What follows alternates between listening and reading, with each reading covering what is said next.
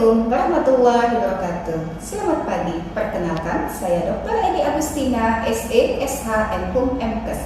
Saya adalah dosen pada program Pasca Sarjana Magister Hukum Universitas Pertiba. Bidang keahlian saya adalah hukum kenegaraan. Adapun mata kuliah yang saya ampuh sudah sesuai dengan bidang keahlian saya, yaitu hukum konstitusi, hukum administrasi negara, hukum hak asasi manusia, dan metodologi penelitian hukum.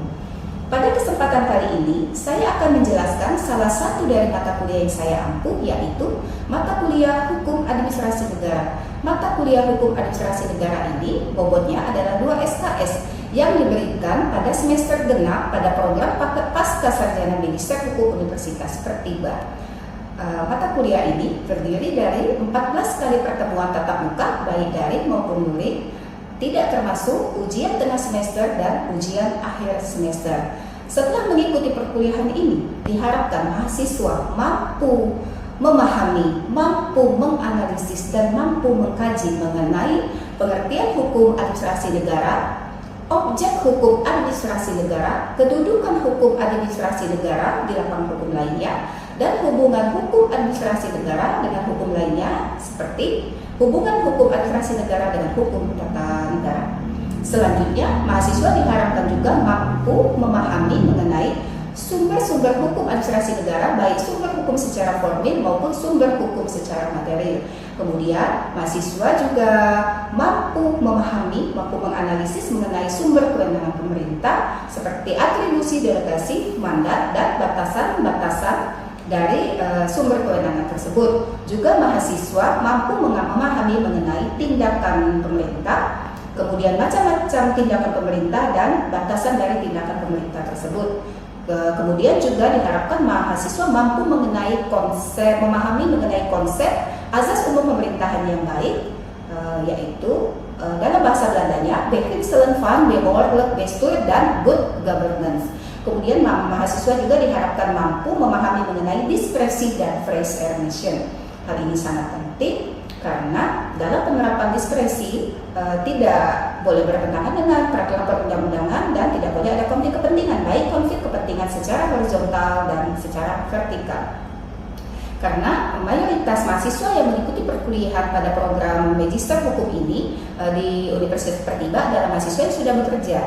Jadi diharapkan apabila mereka menjadi bagian sebagai pejabat atau badan tata usaha negara, mahasiswa dalam menerapkan diskresi ini, mereka diskresi ini benar-benar tidak bertentangan dengan peraturan perundang-undangan yang berlaku dan tidak menimbulkan konflik kepentingan dalam penerapannya.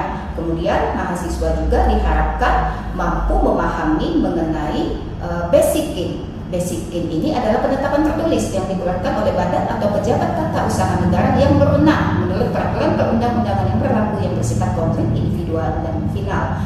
Kemudian juga mengenai proses dikeluarkannya basic, mengenai peradilan tata usaha negara, juga mengenai eksekusi putusan dari peradilan tata usaha negara. Juga di dalam mengikuti materi perkuliahan ini, mahasiswa diharapkan mampu memahami mengenai apa itu desentralisasi, dekonsentrasi, dan azas pembantuan. Selanjutnya, dalam melaksanakan pembelajaran, saya menggunakan teknik DIA. D adalah delivery, I adalah interaction, dan A adalah assessment. Delivery adalah proses bagaimana cara pembelajaran, cara saya menyampaikan materi pembelajaran agar mahasiswa bisa memahami dengan mudah materi yang saya berikan dan bisa menerapkan teori-teori yang saya berikan dalam menyelesaikan permasalahan hukum konkret yang ada di masyarakat yang mereka hadapi di dalam tempat bekerjanya, di dalam lingkungannya. Di dalam delivery tersebut itu terdiri dari 14 kali pertemuan. Tatap mukanya tadi bisa daring ataupun luring dan tidak termasuk ujian tengah semester dan ujian akhir semester. Kemudian yang kedua adalah interaction. Interaction adalah proses bagaimana interaksi saya sebagai dosen dengan mahasiswa saat mengikuti proses pembelajaran. Dalam pemberian materi pembelajaran, saya menempatkan mahasiswa sebagai subjek pembelajaran, yaitu dengan sistem Student Learning Center. Jadi mahasiswa itu ditempatkan sebagai subjek pembelajaran. Kemudian juga terjadi di situ adanya dialog interaktif. Dialog interaktif, jadi saat saya memaparkan materi pembelajaran, saya juga menjadikan pertanyaan-pertanyaan yang akan ditanggapi oleh mahasiswa secara interaktif. Saya juga menggunakan metode pembelajaran interaktif, kemudian membentuk small group discussion, kemudian melaksanakan self directed learning. Jadi pemberian tugas, menugaskan mahasiswa untuk membaca buku-buku yang terkait dengan materi. Kemudian penilaian terakhir adalah teknik pembelajaran terakhir adalah assessment. Assessment itu adalah proses penilaian untuk mengetahui bagaimana tingkat pemahaman mahasiswa dalam materi pembelajaran yang telah diberikan. Untuk itu saya melakukannya secara objektif dengan menggunakan indikator secara transparan, sehingga mahasiswa bisa mengetahui komponen-komponen tersebut, yaitu satu, indikatornya adalah kehadiran ini 10%, kemudian pemberian tugas 10%, selanjutnya kuis dan keaktifan mahasiswa di kelas 10%, ujian tengah semester 30% dan ujian akhir semester 40%, sehingga totalnya adalah 100%. Oke, demikianlah penjelasan saya mengenai perkuliahan hukum administrasi negara dengan menggunakan teknik pembelajaran DIA tersebut, yaitu Delivery, Interaction, dan Assessment. Selanjutnya saya akan menampilkan video pembelajaran salah satu pertemuan, yaitu pertemuan kelima dalam materi hukum administrasi negara secara daring. Selamat menyaksikan, terima kasih. Wassalamualaikum warahmatullahi wabarakatuh. Ketemu lagi kita seluruh mahasiswa program S2 Hukum Universitas Pertiba. Sekarang sudah menginjak pertemuan kelima. Apa kabar semuanya? Baik Ibu, sehat. Alhamdulillah baik Bu. Alhamdulillah baik Bu. Sehat Bu. Iya. Oke, alhamdulillah semua sehat sehingga kita bisa memulai perkuliahan ini. Tapi sebelum kita mulai, marilah kita berdoa sama-sama menurut agama dan kepercayaan masing-masing. Doa mulai.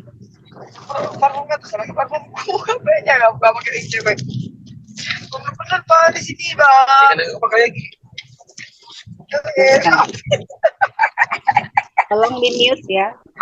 Tolong suaranya di mute dulu. Suaranya berdoa, suaranya. Ya, oke. Oke, sebelum kita mulai materi kita di pertemuan kelima ini mengenai kewenangan pemerintah, Ibu mau tanya dulu ya. Masih mengingat nggak pertemuan keempat? Mengenai kita yang waktu pertemuan keempat, kita mengenai pengertian hukum administrasi negara, sumber-sumber hukum administrasi negara. Sekarang silakan jawab ya, siapa aja boleh mau menjawab. Apa pengertian dari hukum administrasi negara? Silakan. Izin Bu, Yordan Bu. Ya, silakan Pak Yordan. Hukum administrasi negara adalah keseluruhan peraturan Bu yang mengatur tentang aparatur pemerintah dalam melakukan berbagai aktivitas Bu atau tugas-tugas negara guna mencapai tujuan yang telah ditentukan. Iya, jadi walaupun sibuk Pak ya, walaupun posisi lagi di lapangan, artinya masih menyempatkan diri ya untuk membaca materi yang lalu. Oke, setuju kah? Jawaban semua setuju atau ada pendapat lain ini dari Pak Yordan? Iya, silakan. Izin, Bu, ada, Bu. Pak Heri, silakan Pak. Ya, hukum administrasi negara itu salah satu ilmu hukum ya, yang mempelajari tentang tindakan-tindakan dalam penyelenggaraan negara, Bu. Salah satunya bisa disebut bahwa hukum tata usaha negara atau hukum tata pemerintahan. Itu adalah pengertian dari Han, menurut pendapat saya yang dari ya dipelajari, Bu. Oke. Ada lagi? Boleh satu lagi pendapat lain? Izin Silakan. menambahkan Bu. Oke, boleh silakan Pak Dodik Harmono. Ya, Silakan Pak Dodik. siap. Izin Bu. Hukum administrasi negara adalah himpunan peraturan-peraturan tertentu yang menjadi sebab negara berfungsi atau bereaksi.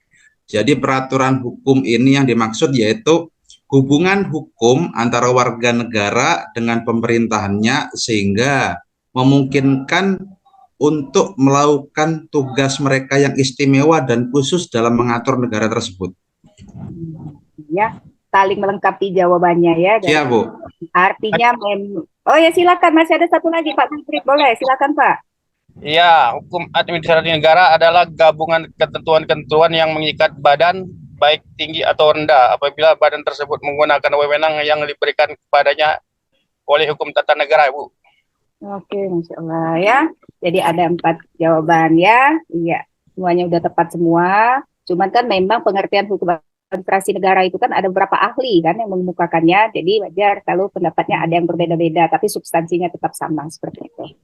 Oke, artinya materi yang diberikan minggu lalu itu dipahami, dipelajari, dan dibaca. Walaupun saya sangat memaklumi sebagian besar mahasiswa di program S2 Magister Hukum Universitas Pertiba ini sudah bekerja, tapi di sela-sela waktu masih menyempatkan diri ya, wajib untuk mengikuti perkuliahan baik secara online maupun offline. Yang pertemuan kali ini kebetulan kita secara online. Oke, sekarang ada pertanyaan lagi dari Ibu mengenai untuk mengetahui ya bagaimana pemahaman saat pemberian materi pada perkuliahan yang lalu mengenai sumber hukum administrasi negara. Ada yang bisa jawab apa saja sumber hukum administrasi negara? Bu, Muhammad Zarkoni, Bu. Pak Muhammad Zarkoni, silakan Pak. Sumber hukum administrasi negara ada 2, sumber hukum material dan sumber hukum formil. Kalau yang material ini biasanya dari historis, sosiologis, dan filosofis. Sedangkan dari segi hukum formilnya bersumber dari undang-undang, kebiasaan, jurisprudensi, doktrin, dan traktat, Bu. Oke, ada yang lain mau menambahkan? Sumber hukum formil, Bu. Apa? Undang-undang dalam arti material atau undang-undang dalam arti yang luas. Undang-undang 45, TAP MPR, Perpu, Undang-undang Peraturan Pemerintah, Perpres, Kepres, Perda, Bu. Nah, oke, lengkap. Ada lagi? Satu lagi boleh? Saya kira jawaban dari Pak Zarkoni sudah lengkap, Bu. Sudah Pertama, lengkap. kelompokan tentang sumber hukum itu ada 2. Yang kedua juga sudah dijelaskan apa itu sumber hukum material dan sumber hukum formil. Oke, artinya sudah paham ya sumber hukum administrasi negara tadi apa yang dimaksud dengan jurisprudensi juga sudah paham, apa yang disebut dengan traktat, kebiasaan segala macam itu sudah paham. Oke, saya senang sekali artinya materi minggu lalu masih diingat ya, masih diingat dan bisa dipahami. Nah, sekarang kita lanjut untuk pertemuan kelima ini ya. Izin saya share screen mengenai perbuatan pemerintah ya. Itu saya izin. Untuk pertemuan kelima ini kita akan membahas mengenai kewenangan pemerintah. Ya, ini kewenangan pemerintah. Kemudian apa yang dimaksud dengan kewenangan pemerintah ini di sini ya? Setiap pejabat administrasi negara dalam bertindak dia menjalankan tugasnya itu harus dilandasi oleh sesuatu wewenang yang sah.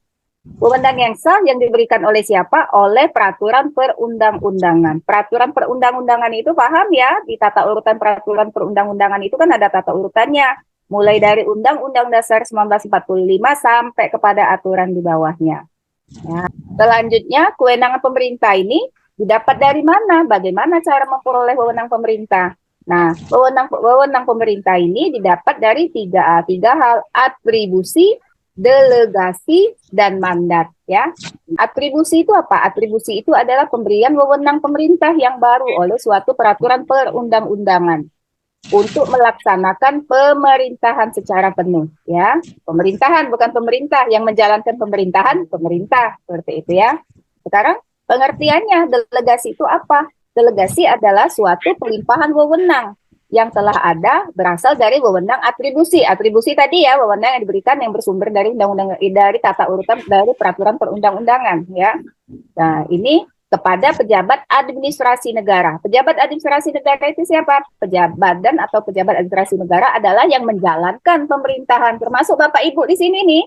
Ya, yang kerja di Kemenkumham, yang kerja di kejaksaan, di kelurahan, itu pejabat administrasi negara semua loh ya. Nah, kemudian ada pejabat administrasi negara tetapi tidak secara penuh. Jadi suatu delegasi harus selalu didahului oleh atribusi wewenang. Jadi atribusi dulu ya. Bila tidak ada atribusi wewenang, maka pendelegasian menjadi tidak sah atau cacat hukum. Yang disebut cacat hukum itu ada dua, cacat hukum formil dan cacat hukum material. Cacat hukum formil adalah mengenai prosedur dikeluarkannya atau diterbitkannya ya suatu aturan hukum itu. Kalau cacat hukum material berarti substansinya atau isinya ya. Oke, Bu lanjutkan ya mengenai kewenangan pemerintah yang ketiga. Satu tadi atribusi, kedua delegasi, ketiga mandat. Mandat adalah pemberian tugas antara mandans. Mandans ini pemberi mandat. Ya, kalau di sini menteri disebutkan ya kepada mandataris. Mandataris ini penerima mandat ya. Jadi pemberi mandat itu mandans, sedangkan penerima mandat itu mandataris. Nanti kita bahas dikit ya masuk ke ranah hukum konstitusi. Karena pernah di Indonesia ada istilah presiden mandataris MPR. Nah, itu ya. Kemudian ya, untuk siapa? Untuk atas nama menteri melakukan perbuatan administrasi negara. Perbuatan administrasi negara itu adalah perbuatan dalam menjalankan pemerintahan ya. Tuh.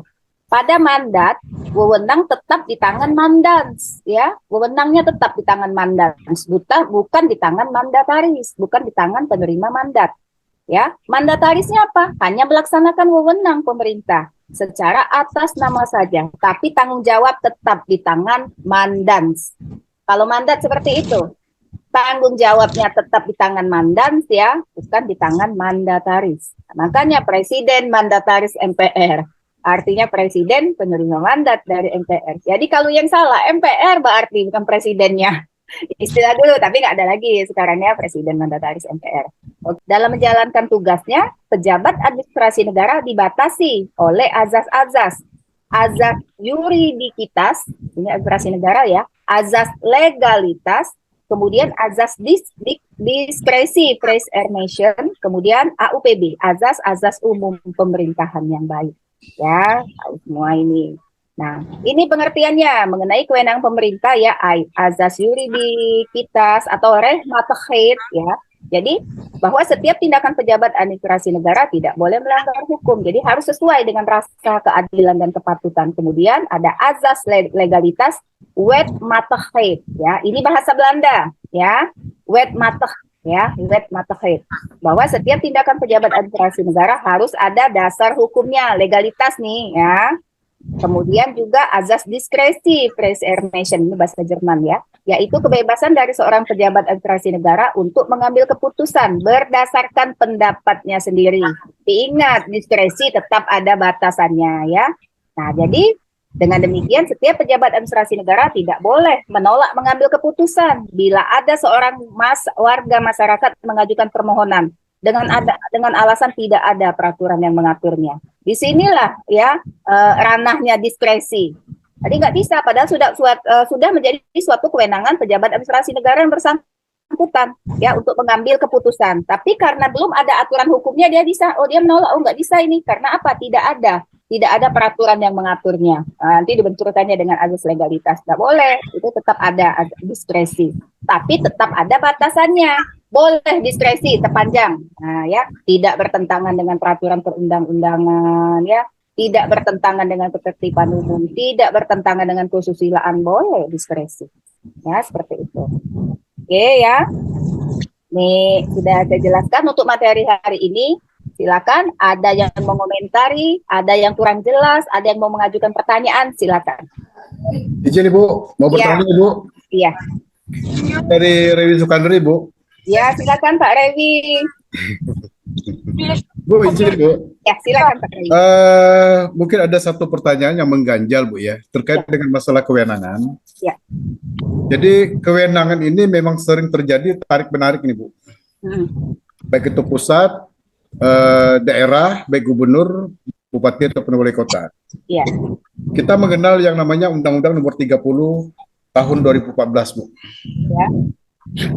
Tentang administrasi pemerintahan. Di dalam Undang-Undang Cipta Kerja juga kita mengenal di pasal 172, Bu, terkait dengan masalah penggunaan diskresi, Bu. Ya. Undang-Undang Nomor 30 Tahun 2014 itu di pasal 25 itu kalau tidak salah itu mengikat tentang penyalahgunaan kewenangan, Bu. Oh iya. Penyalahgunaan kewenangan ini sangat rentan, Bu. Karena tujuan diskresi itu kalau tidak salah kan ada 4, Bu. Yang pertama untuk mengisi kekosongan hukum, memberikan kepastian hukum, untuk melancarkan penyelenggaraan pemerintah, dan untuk mengatasi stagnasi. Iya. Untuk menjamin ketertiban umum. Iya. Ini terkait dengan kewenangan ini, Bu. Kalau dilihat dari pasal 25 itu, kalau kita tidak kuat kajian hukumnya, ini sangat rentan, Bu, kepala daerah terjerat hukum. Pertanyaan saya, sejauh mana kewenangan atau penggunaan diskresi tersebut, supaya jelas, tidak ragu-ragu kepala daerah dalam mengambil keputusan terkait dengan diskresi. Karena ini sering terjadi, Bu. Ya. Ibaratnya kalau kami yang di daerah ini, seperti kepalanya dilepas tapi buntutnya masih dipegang, Bu. Betul. Ya, jadi kayaknya seperti kewenangan itu setengah hati gitu. Di satu sisi ini harus segera kita laksanakan, tapi di sisi yang lain kita berbenturan dengan aturan hukum yang berlaku di negara kita. Itu pertanyaan saya, Bu. Makasih, Bu. Mohon arahannya, Bu, dan bicaraannya, Bu. Oke. Terima kasih Pak Rewi. Ya, langsung ya implementasinya dengan kondisi di lapangan yang ada. Jadi untuk diskresi ini boleh dilakukan ya sepanjang untuk tadi tujuannya sudah ya untuk mengatasi agar jalannya pemerintahan itu tetap berjalan seperti itu ya. Kemudian juga, tapi untuk diskresi itu tadi seperti yang Ibu jelaskan sebelumnya bahwa diskresi itu ada batasannya, ada syarat-syarat dalam pengambilan diskresi, ya. Syaratnya itu satu, harus sesuai dengan tujuan diambilnya diskresi. Jadi tujuan diskresi ini apa? Nah, harus sesuai dengan tujuan itu. Ya. Kemudian juga yang kedua, tidak bertentangan dengan peraturan perundang-undangan. Peraturan perundang-undangan itu yang mana? Ya mulai dari Undang-Undang Dasar 1945 sampai peraturan yang di bawahnya. Itulah peraturan perundang-undangan. Jadi satu, harus sesuai dengan tujuan diambilnya diskresi dalam suatu permasalahan itu. Kedua, tidak bertentangan dengan peraturan perundang-undangan yang ada. Kemudian sesuai dengan AUPB, Azas Umum Pemerintahan yang Baik. Ya, bisa dilihat di dalam Undang-Undang Administrasi Pemerintahan. Ya, azas umum pemerintahan yang baik. Algemene beginselen van behoorlijk bestuur, ya, itu kan dari Belanda. Nah, bisa dilihat di mana azas umum pemerintahan yang baik di Undang-Undang Administrasi Pemerintahan itu ada. Nah, itu yang harus dipegang. Kemudian ya, harus ada alasan yang objektif. Ada alasan objektif. Ingat, objektif bukan subjektif. Nah, kalau subjektif konflik, ya, alasan objektif. Kemudian ada lagi, tidak menimbulkan konflik kepentingan. Ya. Jadi jangan dikeluarkannya diskresi ini, justru dengan dikeluarkan diskresi ini berpotensi menimbulkan konflik kepentingan. Bisa konflik kepentingan antar kelompok, seperti itu ya. Nah, kemudian yang terakhir harus dilakukan dengan goodwill, itikat baik. Ya, jadi syarat diskresi itu ada itu ya. Saya ulangi, yang pertama harus sesuai dengan tujuan dikeluarkannya diskresi itu apa. Tidak boleh menyimpang dari situ, ya. Kemudian yang kedua tidak bertentangan dengan peraturan perundang-undangan yang berlaku. Yang mana peraturan perundang-undangan yang berlaku itu? Ya itu tadi, mulai dari Undang-Undang Dasar 1945 sampai dengan peraturan di bawahnya tidak ada yang bertentangan, baik secara vertikal juga secara horizontal, tidak boleh bertentangan, ya.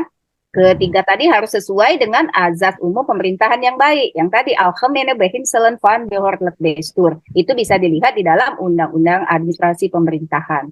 Kemudian harus ada alasan. Alasannya harus objektif, bukan subjektif. Kalau alasannya subjektif, pasti nanti akan menimbulkan konflik kepentingan. Sementara diskresi ini efeknya tidak boleh menimbulkan konflik kepentingan. Selanjutnya dilakukan dengan itikat baik. Ya Pak ya? Nah, belajar, kalau sudah belajar hukum nih ya, waktu itu terasa kurang karena begitu banyak ya, apalagi mahasiswanya mayoritas sudah bekerja, jadi begitu banyak hal-hal ya, kejadian-kejadian yang memang dihadapi di lapangan ya. Dengan kuliah ini bagaimana teori yang kita dapat bisa kita implementasikan untuk mencari solusi atas permasalahan yang dihadapi di lapangan ya. Terima kasih. Siap.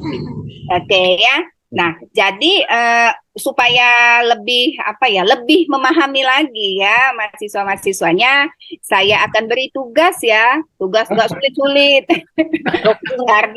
karena mendalam ini masalah diskresi. Kita beri tugas kelompok ini ya, Ibu beri tugas kelompok nih, karena kita ini sekitar mahasiswa kita 25-an ya, kita bagi aja nanti 3 kelompok ya, kita bagi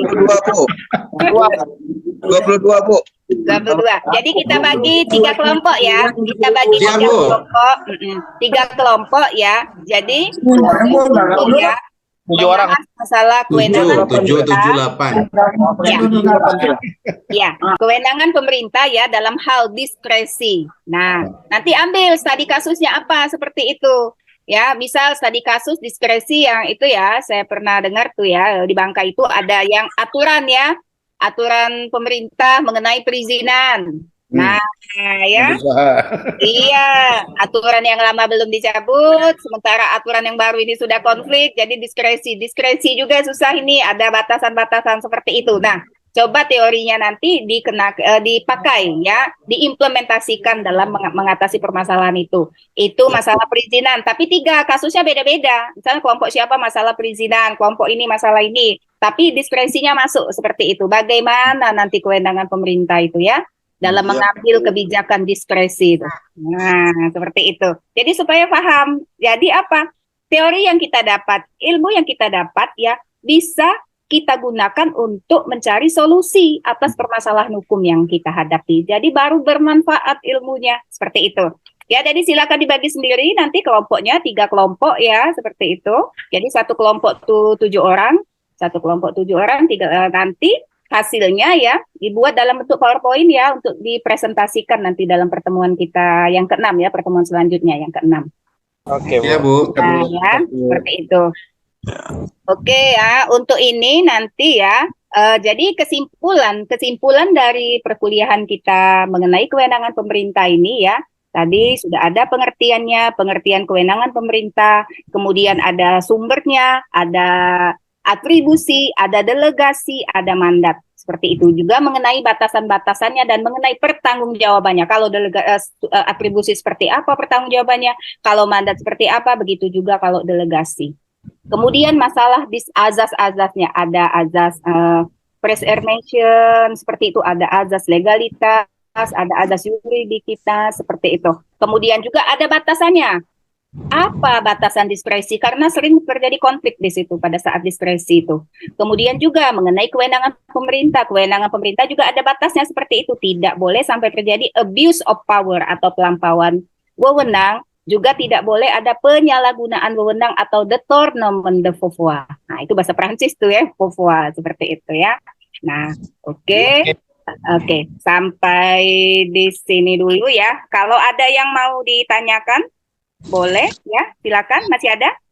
Nggak ada? Pas, Bu. Cukup, Bu. Oke, cukup ya.